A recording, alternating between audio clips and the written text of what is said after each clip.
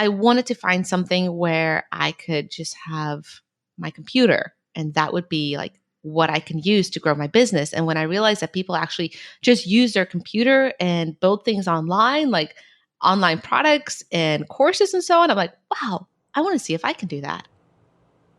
Meet Suzi Whitford.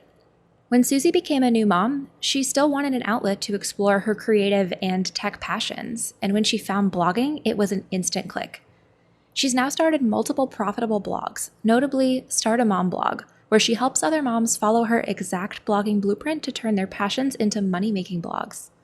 So in this episode, Suzi explains why she loves inexpensive ebooks and courses so much, and how her $18 ebook has been a huge revenue driver for her online business. She also talks about the importance of building email relationships, and why she prefers to email people one-on-one instead of having a large Facebook community. Lastly, and perhaps most importantly, Suzi explains how you can engage with new blog readers and build long-lasting relationships with them over time. So if you've been thinking about starting a blog, I'm almost positive Suzi will convince you to go for it by the end, whether you're a mom or not. Let's say hello.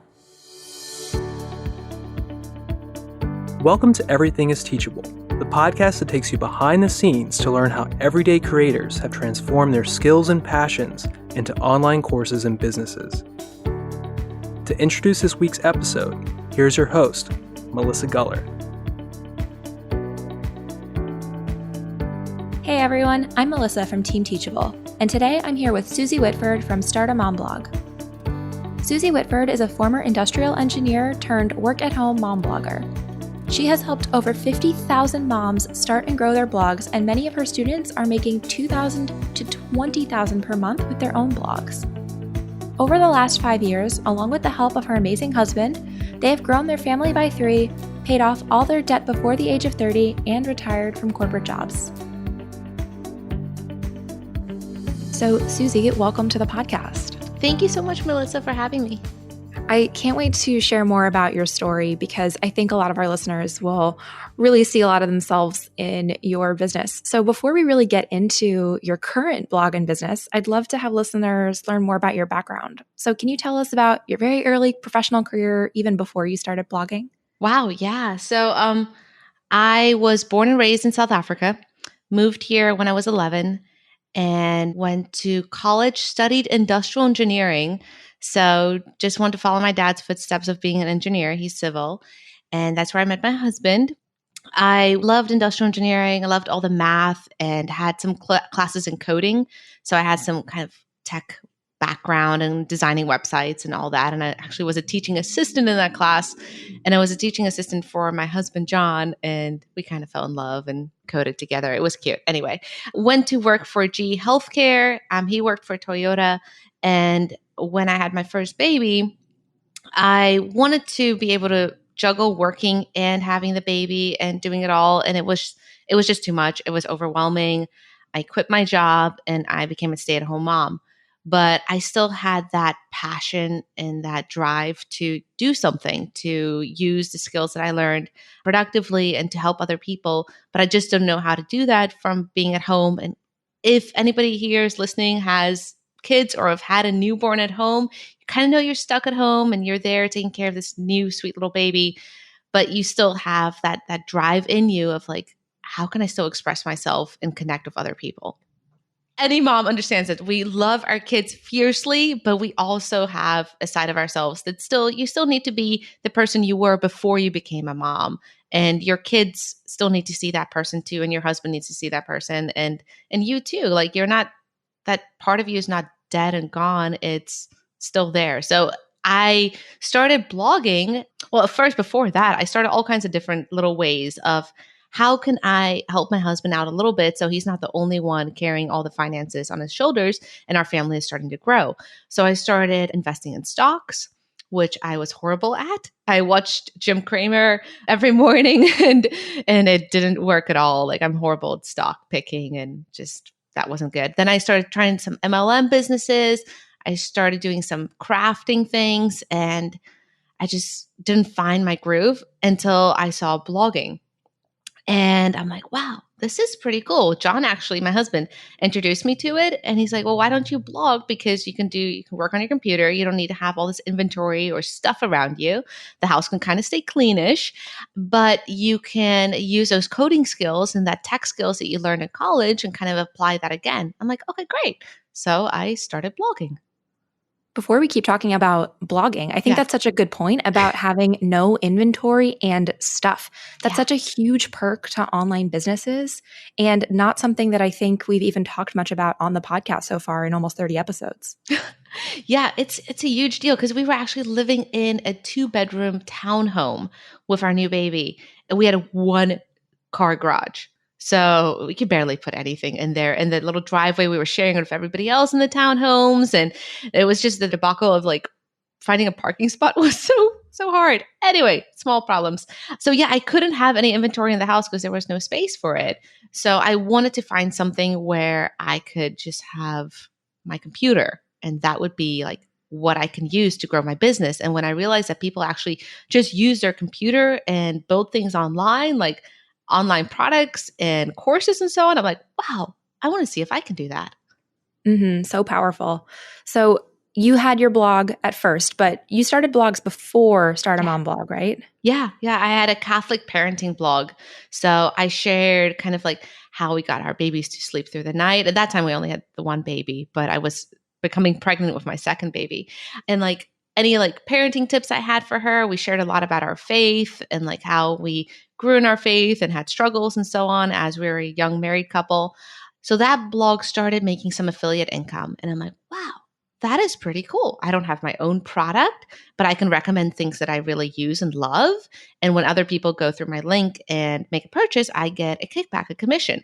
So that's like the basics of affiliate marketing. So I started blogging and making some money that way. And that was awesome.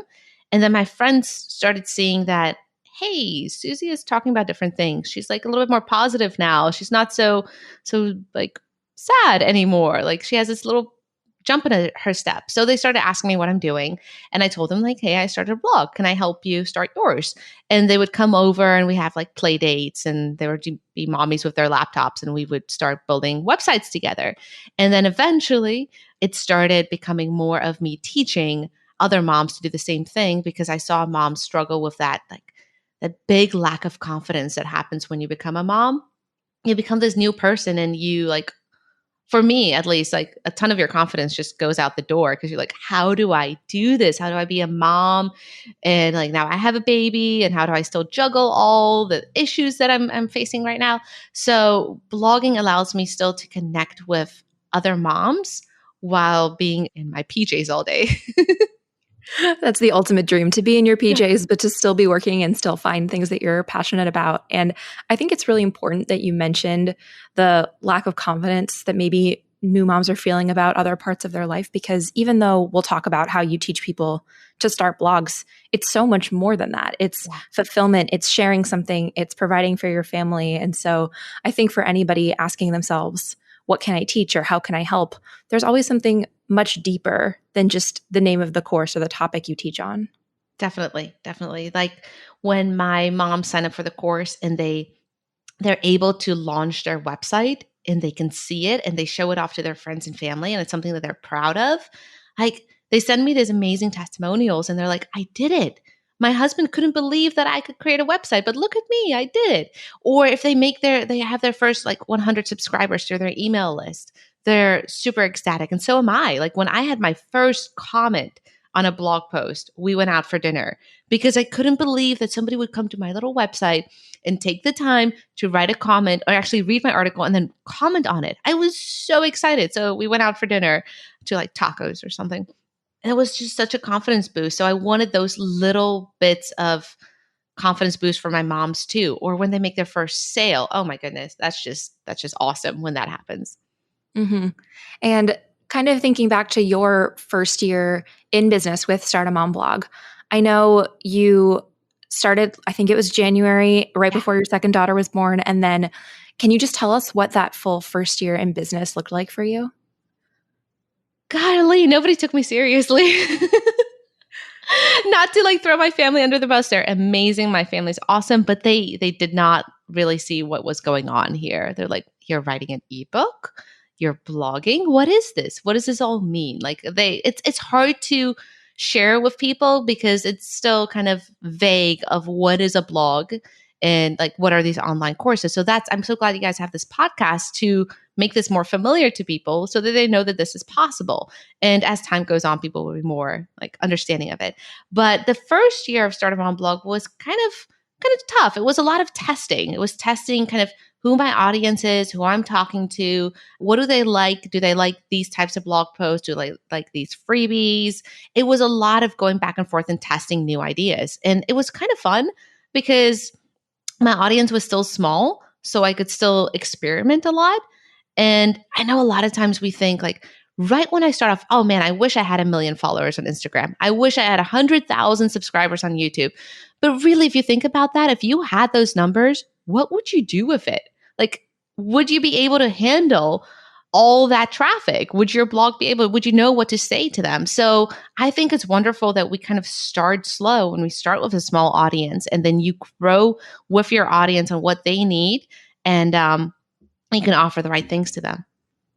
I absolutely love that perspective because I do think it's easy to look and see what everyone else is doing and see their huge audiences and assume that they came out in this like perfectly baked end product. But the fact is, the small audience, like you're saying, gives you a lot of freedom to test, to see what works.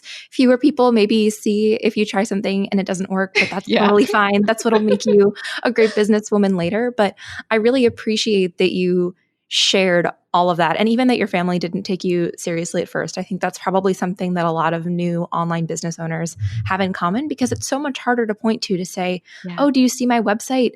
This is my business. Because I do think, and maybe you can tell me if this is wrong, I think there's still an impression that blogs are just places that we write our feelings on the internet. Very true. So that's when I have new readers come to my website and they email me and they're like, well, I don't really just want to blog about my life. I'm like, well, you don't have to. Like, it's nice when you can incorporate your life into your blog and kind of show some examples.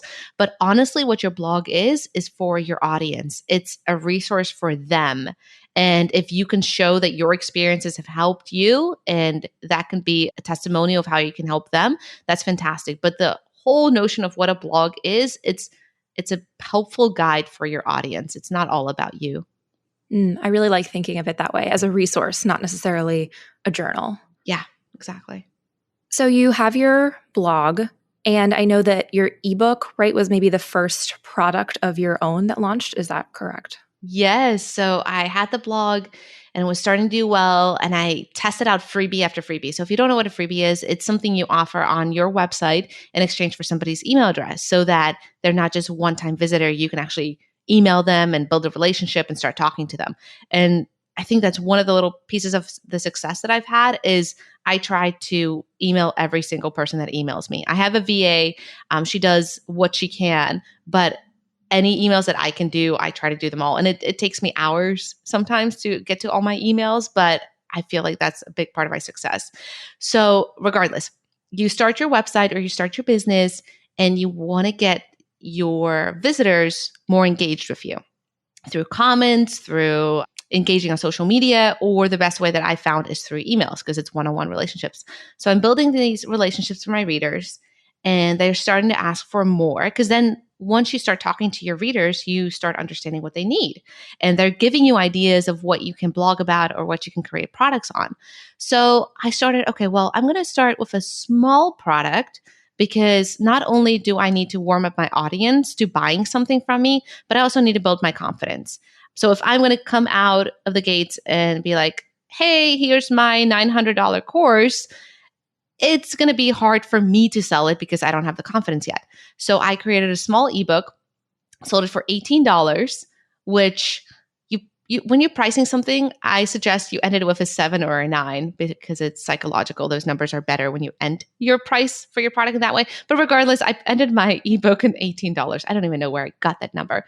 So I sold my first product, a small ebook, and I think I sold the first one on a Sunday morning when I woke up. I was so excited, so happy. I sat on the bed and I'm like, I can't believe I made a sale. I created something and I made a sale and it's going to help somebody. And this is awesome. And I think that first month I made $1,000. And I'm like, wow, this can actually become something big. From an $18 Yeah. ebook. Yeah. That's amazing. Thank you. It's great to hear you talk about how a small ebook, small not in value, but in even your level of effort to create it compared to that huge, like flagship $900 course. I think that it's really important to talk about that because in the world of online courses, even today in 2020, it feels like a lot of people are going big ticket item or nothing. But there's so much power in doing a lower price point item. You can reach more of your audience that way. Like you said, it's not something that you have to spend a ton of time on and maybe you don't have the confidence yet. So I think that's such a great suggestion for new creators is to start with something small because it will add up. Yeah, exactly. So the way I've done kind of my pricing strategy, and before this call, I just did a YouTube video about this. So it's all fresh in my mind. So I don't mind sharing this information again. But starting with, in your case of Teachable, starting with a small course, maybe like a mini course, maybe like a 3 lecture or 10 video, a small thing that you can charge for $17 or $27. Start with something small. You're warming up your audience. They're starting to get used to like trusting you with their wallets and not just their time with reading your content or watching your YouTube videos. So you warm up your audience with a small product and you're also building your confidence. And then in time, when you see, okay, this thing is doing well, this is kind of what they're resonating with, this is what they're asking more for, then you launch that $97 course or that $597 or the bigger course. But then the small products that you create along the way that kind of warm up your audience and lead them into your more flagship tier products, they can become bonuses in your bigger courses. So if somebody doesn't want to go through the small products, you can have this beautiful sales page of like, here's my course. And by the way, you get all these bonuses included as well. So it's just a different way of like building your portfolio when you're thinking about online products. And maybe to give us an example, can you share like what is your ebook, your mini course, and what is something that's a larger course for you? Yeah. So I have the Blog by Number ebook that sells for $18. Then they can get the Blog by Number course for $97. I have the bundle of all my courses because my courses, like they hover around $97 or less. I actually like my audience are moms. They're busy with kids. We spend most of our money and our time on our children. So it's hard for us as moms to be like, okay, I'm going to buy something for myself. And when you do, you always like, do hand-me-downs or you look for sales or coupons. So I understand the mom mentality is like my most expensive course averages around 97. And then if they want to, they can bundle all of my courses together for the VIP price. But it's nice to have the different tiers of products because Teachable also allows you to kind of like bundle them together as a different offering. So depending on what the reader wants or what their price point is, you can offer the right thing for them. Mm-hmm. So much helpful advice. And I also think it's so important that you mentioned really understanding the mom mentality or who your audience is. Obviously, you're a mom yourself. And I'm sure for a lot of creators, their audience is similar to them in some ways, although not necessarily. But you know that probably $1,000 course is not going to work for you. Yeah. In the way that maybe in a different industry it could. But I think that's really helpful to think about who am I selling to? What do they care about? Not even just price point, but how much time do they have? If they're busy, a 6-month intensive maybe is not right. Maybe they need like a 30-day outcome. Exactly. So like you said, there are audiences. If you understand your audience, they would be glad to spend $1,000 because they have the money, but they don't have the time. And they want to learn this strategy and apply it to their business that's already growing. And that's awesome. And we've spent money on $1,000 plus courses and offerings, and they've helped. But understanding who your audience is and who you're talking to is really helpful to know how much should I put in the course, how in depth should I go, and then what should I price it as. And when you were creating your courses, if you can remember maybe back to the early days, do you remember what were some of the challenges that you faced when you were creating your own course? Oh, golly, trying to record with kids around. That's the hardest. So, what would I do first? When I create a course, I would first make the outline. So I can do that when I'm busy, out about. I have kids around me. So I create the outline on a piece of paper or my bullet journal or phone or whatnot. Then I start working on the text in all the lectures. So I'll start typing out like what's in every single lecture, what's the transformation that I want my reader to go through. So the outline kind of like, okay, where are they starting and where do I want them to be? So I'm like, okay, this is a transformation. Then I go through and I do all the text in the lectures. Then I create the worksheets or any guides that go with the course. And then lastly, I'll create the videos because now I have all my text, I have my worksheets, I can reference back to them in the videos, and I already know everything I'm going to cover. Now, which lessons really, really need video lectures in them? And then I'll go and create the videos. And how I do that is at the time when John was still working corporate, so I didn't have anybody at home to help me, I would take a Saturday, like a Saturday morning. He would take the kids and I would have the day and I would do all my recordings on that one day. And that's how I had to grow the business until he finally quit his job. I think that's a really strong piece of advice about doing the outline, then the text prep, then the worksheets, and only after you've done all of that, then creating the videos. Because I think if you rush to the video, or I think maybe people assume that that should be the first step, but you risk, maybe making videos that you have to change later, or videos that you don't really need, or videos that don't move your course forward in the right direction. So I think this is a really good tip for anybody listening that, starting with the outline and doing the videos, thinking of it as the last piece. I think that's really strong advice. Thank you. And I also, maybe this was implied, but you said then you would ask yourself which videos need to be created. So does every lesson have to be a video? I used to think that every single lesson needed a video until my audience told me, hey, I really like the text videos or the text lessons because I can just skim through them. Sometimes I can't listen to all the videos. So I now require that all my lessons have text. So even if there's a video, I'll have a little synopsis of what's in the video, at least have some chapter markers so they can skip through to different sections in the video. But some lessons do not require a video because I listen to my audience and they're like, I like it, but I don't need it for every single lesson. I actually like the text more. So I'm like, wow, okay. Only if that lesson really, truly needs a video, am I going to create a video for it to show my readers how to do this step. And what has also been helpful is those chapter markers, because some of the videos can get a little long. So they can go quickly through the little like timestamps at the bottom. And they're like, oh, at minute 3, that's the question that I had, or at minute 5.5. And then additionally, on top of that, I try to keep my videos, no more than like 20 to 30 minutes per video, because it kind of gets a little long. I want them to keep feeling like they have momentum as they go through the course, and having like a 2-hour one video in one lesson might slow them down a little bit. Like some people do that and it's great. And sometimes it works, but just my style, I've liked the shorter videos to give them more traction. Totally. And I think with shorter videos, there are a ton of great upsides. One of them is that it makes it easier to find what you want in the course because you can see more tangible things broken out in the outline. But also, if I saw a 2-hour video, mentally I'm like, oh God, when do I have 2 hours to sit down and watch this? But if you tell me there's a 15-minute video, I'm like, all right, I got 15 minutes. Yeah, exactly.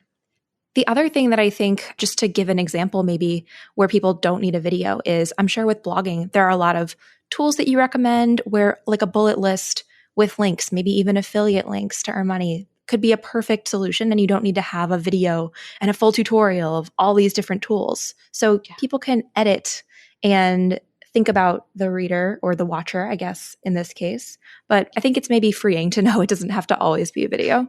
Exactly. Yes. Very true. Now, obviously your audience is moms, and I would love to ask you just, why do you think moms can make such great bloggers and businesswomen? Oh man, we have so much advice and we'd love to share it with everybody, even unsolicited. Moms really do know best.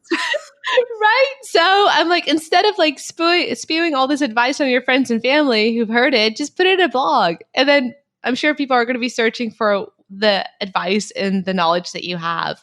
And like, I don't know, it's a great way to connect with other people, to build an authentic audience, to really be yourself. And even now, like people are gravitating more to people who are real. Like you don't have to look perfect on camera. You don't have to have the perfect voice. You can stutter and make mistakes like I just did. like your house can be messy in the background, and the audience, the people online actually like it more because you're not all staged up. You're not Instagram perfect. So I kind of find that very freeing, that the more real I am, the more my audience relates to me. So the question was like, why are moms good at this? Because we're looking for friends online. We're looking for camaraderie where we've been kind of pulled out of, a lot of us were corporate, now we're at home, or trying to juggle corporate and mom life. And it's just this whole new transition that you're going to in life as you become a mother. And I love connecting with that audience and helping each other build up their confidence again. And I think because we mentioned advice before, if you have a skill, maybe a lot of people keep asking you for certain recipes or how you get your kids to sleep, whatever we were talking about Yeah. earlier, or it doesn't have to be related to being a mom. Maybe it's a professional skill. The more people start asking you about something, the more maybe you should think about charging for that skill. And that's how a blog can be maybe a little stepping stone in that direction. Definitely, definitely. One of my moms, she blogs about mom fitness. So, how to recover after pregnancies and how to do it naturally. The other mom that I have, she does nothing with motherhood. She teaches people how to speak Finnish. So, she has a course on teaching the Finnish language. And she just made $20,000 with her course. And I'm so proud of her. She's an awesome student. Another mom teaches people like how to do videos on YouTube. Another one of my moms does kids crafts, like kids activities and things you can do at home with them, which is fantastic right now because everybody's thinking like, what do I do with my child at home all summer and during things that are going on? And then homeschooling, that's another big one that's coming up and doing really well. So there's a lot of different niches that you can go into to help people with your knowledge online. That's incredible. And I'm glad you mentioned niches because that's something else I wanted to talk about. So, when it comes to starting any blog or any online business, of course, the big first question is, what am I going to talk about? And something that's obviously worked for you is that you don't just talk about blogging, you also specifically talk to moms. And that's in a great way a really specific audience. But I wonder if listeners are worried about niching down too much into an audience that feels, quote, too small. So, what advice can you share based on your maybe experience talking to, I think, what people would call a very specific audience? Like, would you recommend it? Yeah, definitely. Because just talking about you can look at like general blogs that are successful. So, like budgeting, fitness, beauty, like anywhere where where people are spending money, think about that as a good niche because obviously it's already being monetized. People are okay spending money on that specific topic or niche. But then to make it more unique, niche down to a specific audience. So, budgeting for college students or beauty for, I don't know, African American women. Have a very like specific niche so that you know who you're talking to and those people can relate to you. Cuz they can go to like the big websites and the big blogs and so on and get general advice. But they want the specific advice like, "Hey, I'm a mom of only boys. How do I take care of teaching them to be good men when they grow up?" Like have a specific audience is just makes you more valuable, makes you stand out more. And don't be afraid of building a small audience because you have no idea how many people that could be in that niche. So I'm a big proponent of taking an already successful niche where people are spending money and then niching down. Oh, I'm just saying niche all the time. And then funneling down to like a specific audience to talk to. Yeah, really good advice. I think that framework you mentioned, blank for blank, Yeah. is something that listeners can take away. So maybe ask yourself who's not just the topic, but who is it for? Now, when it comes to your business, I know you have a free guide and we'll include it in the show notes at teachable.com/podcast. And on your website, we'll get all the links at the end of the episode. But it's called How You Can Go from $0 to $9,000 per month in less than a year. So I don't need you to give away all the specifics. I want people to go grab the guide. But I know for most listeners, that would be a life-changing dream amount of money. And I'm curious, can you give us maybe the big picture of what does that year look like for people? What does it take? Sure. Yeah. It just explained exactly what I did in my first year after I found like who I really wanted to serve and what I wanted to serve them with. So I understood that I wanted to help moms and I wanted to help them do something from home and grow that. So that first year and the whole guide goes through what I did every single month regarding what I did on my blog, what I did for my email list, how I monetized, and how I got traffic. So it's month by month on each one of those categories, what I did to grow my blog from $0 to $9,000. And the biggest overall thing was creating my own online product, because that was a game changer. You can do really well with affiliate marketing. You can do well with ads. You can do well with sponsor posts and service work, but you can do really, really well with having your own online product. And what I did that first year was doing that ebook and then the course. And then that was phenomenal. And that's the gist of the guide. But if you wanted the details, you can go to the guide and get the rest of it. Yeah. And maybe on the other hand, what do new bloggers think is important but actually isn't? Or in other words, what could wait until later? Or for busy moms, what isn't worth their time that you still see a lot of new bloggers or businesses trying to do? Sure. So people really get stuck on the fonts and the branding and the logo and the colors. And those are nice. It's nice to kind of have a cohesive brand and everything looks good, but you don't have to spend $500 on a nice logo. You can create something on PicMonkey or Canva, and that will be fine. I don't even think I have a logo right now. I think I just have like the curly script of my blog name, but that's pretty much it. And initially when I started, I wanted my blog to be all black and white. I'm like, I'm not going to have any color. This is going to be like a manual, like an engineer's manual to blogging for moms. And that was initially what I wanted to do. But then over time, I added some more colors, but it wasn't perfect in the beginning. The most important thing that I focused on in the beginning was creating that amazing freebie to get people on my email list. Because once you get them on your email list, you can start building relationships. And those people that sign up to your email list are going to become your future customers. So you want to start building really awesome relationships, giving them awesome freebies. And some freebies that work really well, if you're thinking about the Teachable platform, you can offer a free course. And like the intrinsic value of a course, getting that for free is pretty awesome. So that could make a great freebie when you're just starting out. Add like 3 videos in it, add a nice welcome video so people get to know you. And then once you have a paid for product, you can have a call to action at the last video of your free course. You can have an upsell. You can do all kinds of things. But if you're just starting out, focusing on an amazing freebie would be gold when you're just starting out your blog or your website. Great advice. Obviously, at Teachable, we love courses, but I think in a world of kind of blah PDFs where there's this big promise about the freebie and then you download it and it's one page and you're kind of like, oh, is this it?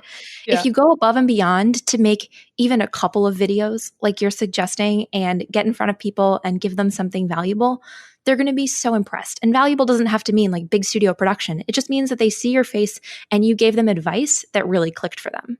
Yeah. Exactly. Like having that connection, that video connection helps establishes that relationship that you have with your reader. So I highly recommend having videos in your freebie. Like if you can do that, that would help set you up for a stronger relationship with your reader as it goes forward. I also want to talk about what your business looks like today. So can you share a little bit about like what are you working on now? Are you still focusing on the ebook and course, or what's going on today for you? Yeah, so thanks for asking. Since I started a couple of years after I grew the blog, end of 2018, John and I had a discussion and we were like going back and forth the whole entire 2018, like, should he quit his job? Should he not? Should he? So finally we decided, hey, life is short. The blog's doing awesome. Let's do it. You can always go back and get a good job, hopefully. So he quit his job end of 2018. So for the last year and a half, we've both been working at home. He has his website and his strategies and what he does. And it's way more technical, way more advanced than I do because he serves a different audience. But we both do digital marketing and kind of the blogging, the online stuff. And it's been doing really well. Like, obviously, the first year is kind of like, okay, how do we find the groove of like who's working, who's not working, who's with the kids? How are we dividing duties? but we found something that really, really works well for us, where we split our weeks, where I work Monday, Tuesday, Fridays, and he works Tuesday, Thursday, Saturdays, and then Sundays we have family day and work rest at home. So it's worked really well to be able to like divide and conquer like who's working and who's with the kids. But before that, before John was home, I would just work during like early mornings, during the kids' nap times, or super late at night. That was pretty much like my working time was late, late at night. But now we have an awesome schedule now that I've been able to grow the business to this. It's doing really well. Like things are amazing. It's a huge blessing. And what I focus on now is just creating amazing freebies. Like I'm back to the first couple months that I did on my blog. I'm back to that step of what amazing freebies can I create to get people into the courses that I have? Because now I have like 10 core courses and tons of smaller products. I have a big portfolio of things and resources that people can invest in. So now my big goal is to get amazing freebies to get people trusting me and liking me and build up that relationship to then get them into the products themselves. And depending on where our listeners are in their online course journeys, maybe the one freebie that would evolve into the one paid course is helpful to think about. But I also appreciate this bigger business view of where you are now, where it's not one freebie that goes into your 10 courses. It's how do I imagine each of these courses as maybe the end goal of what somebody would need and what would it take to get them there? Yeah, exactly. Like it's evolved into different pillars into the business. It's not just the one freebie to the one product. It's like this freebie goes to this product and this one goes to this, which kind of gets overwhelming after a while because it's just me and John and my VA, and I have one person helping me with Pinterest. But so it's a lot to manage, but I love it. I love creating small products. I know it's what I'm passionate about. I know like there are different strategies to create the perfect funnel that levels up to like the $1,000 course that goes into the $10,000 mastermind and all that. But like, I love what I do. I love the smaller things. We're doing fantastically with this strategy. So I like doing this for my audience because this is what they can afford. I think that's great to hear. I don't think that maybe listeners have thought too much necessarily about pricing, or maybe they have, but I think it's refreshing to hear that, like we've been talking about all episode, like an $18 product really does have a lot of growth potential. Also, like you're saying, they're kind of fun to do. It's enjoyable to make little bite-sized lessons. And for you, the creator, it's enjoyable. And for the student, it's nice too, because they can take the course quickly and find a result. And that's so satisfying. Yeah. Exactly. It's what I'm passionate about. And as the business has grown and it's successful and it's sustaining us, we can now focus on what brings us energy instead of what like depletes us and makes us like burn out. So the more I'm passionate about what I'm doing, the more I'm helping my audience, the more the business grows. Even if it's not the perfect strategy, it's the perfect strategy for me and for my audience. Mm-hmm. Well said. I'm curious too to hear, how do you interact with students? I think in the world of online business, there's, this question, I'm behind my computer, they're behind the computer. How do we interact? So what does student interaction look like for you in your business? Sure. So, again, I'm against the grain here. A lot of people have big Facebook groups. For me, Facebook brings me tons of anxiety. If people tag me and I can't get to a comment quick enough, like I stress out and then I snap at my kids and I snap at my husband. So I just understand kind of like what works and what doesn't work. So my students email me directly. And again, not the smartest business advice, but it's worked really well and it's built really good relationships. And I'd rather not say numbers, but like this month has been our biggest month so far. So it's doing really well. So I like interacting with my students one-on-one through emails. We do a lot of Loom videos where they can send me a video through email and I can reply back through video. And then I also interview some of my students on my YouTube channel so that I can see them, we can chat, and then we share advice and strategies to anybody who's watching the video as well. I think that even though you mentioned, all this against the grain advice, I think it's important to talk about because I am not the biggest personal fan of Facebook groups. I'm sure a lot of people maybe love them or hate them. But I think in online business, what matters most is that what you like will be different from what somebody else likes, and what works for them won't necessarily work for you. And even though the email strategy, maybe some people are listening and cringing and thinking, oh God, I would hate Right. having my inbox that full. But for other people, maybe the thought of just building one-to-one relationships that way actually sounds like a better fit for them than a Yeah. Facebook group could. So I think it's really healthy and encouraging to hear your approach, because I bet at least one or two listeners are now thinking, oh, you know what? That actually sounds a lot more like me. Yeah. Yeah. It's more for the introverts that like even a Facebook group, you're not there, you're not in a crowd, but you feel like you're in a crowd because anything you say in that group, everybody can see. But if you're one-to-one on an email, you can chat with one person. It feels in a way safer, especially if you're an introvert. And I appear to be an extrovert online and on my videos, but I'm actually a big introvert. I like to have one-on-one like hangouts with other moms, like big crowds kind of stress me out. So maybe that's just why the emails work well for me. I think that's a really good perspective. I'm curious to hear, as we kind of start to wrap up shortly, are there maybe misconceptions that you think people have about either your business or about blogging in general? Yeah, like a lot of people think blogging is dead. It's not. It's just that blogging about your own personal life exclusively is in a way in the past.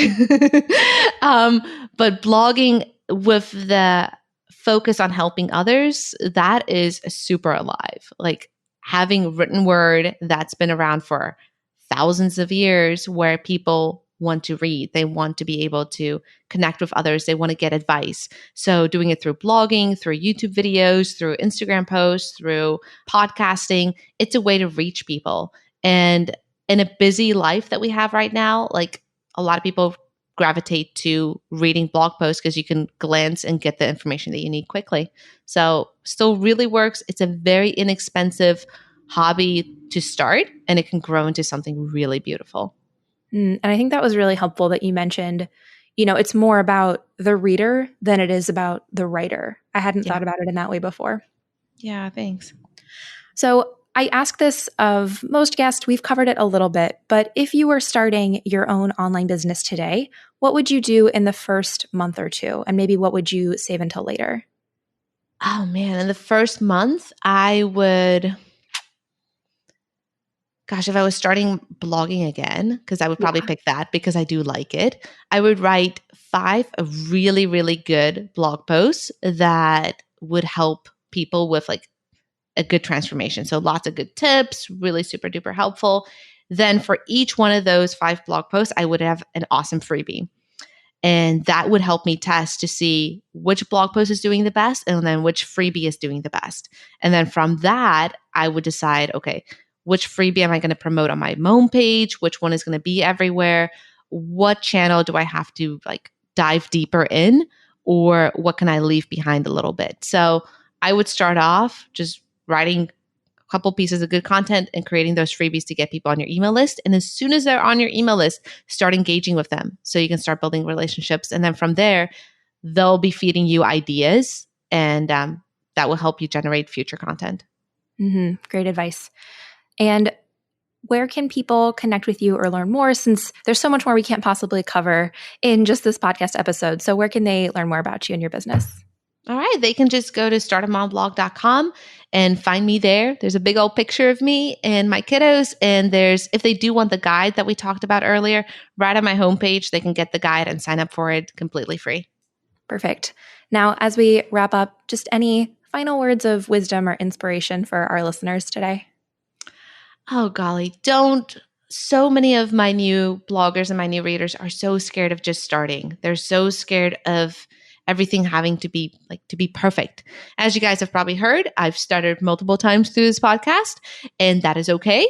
Like, you do not need to be completely perfect for others to like get advice from you. You don't have to be perfect to help them. Like, it is okay if your content has to be like, you can always go back and add to it. You can always go back and update it. You can do so much online because everything is digital. So if there's something that didn't work, then you take it off or you delete it. If there's something that really worked, you go add more to it. So don't be afraid to start and put yourself out there. In the beginning, it's more to build your own confidence. And then as your audience builds, then you'll know what to create and they'll help you like build this beautiful, successful business. Two great pieces of advice there, really. Be real and nothing is permanent. It can always change. Yeah, especially. It's awesome. Well, Suzi, thank you again for joining us. It was such a pleasure to learn more about you, and I'm excited for hopefully people to check out your site and to maybe start blogs of their own. All right. Thank you so much for having me, Melissa. I appreciate it. Thanks so much for joining us this week.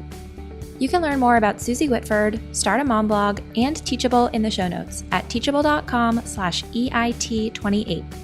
That's teachable.com/EIT28. Before you go, make sure you subscribe to our podcast so you can receive new episodes right when they're released. You can either subscribe right in your favorite podcast app, or you can sign up for email alerts at teachable.com/podcast. On behalf of Team Teachable, we hope you enjoyed this episode about blogging with Suzi Whitford. We'll see you in the next episode of Everything is Teachable. This podcast is produced by Teachable, where our mission is to empower creators to transform their knowledge into income.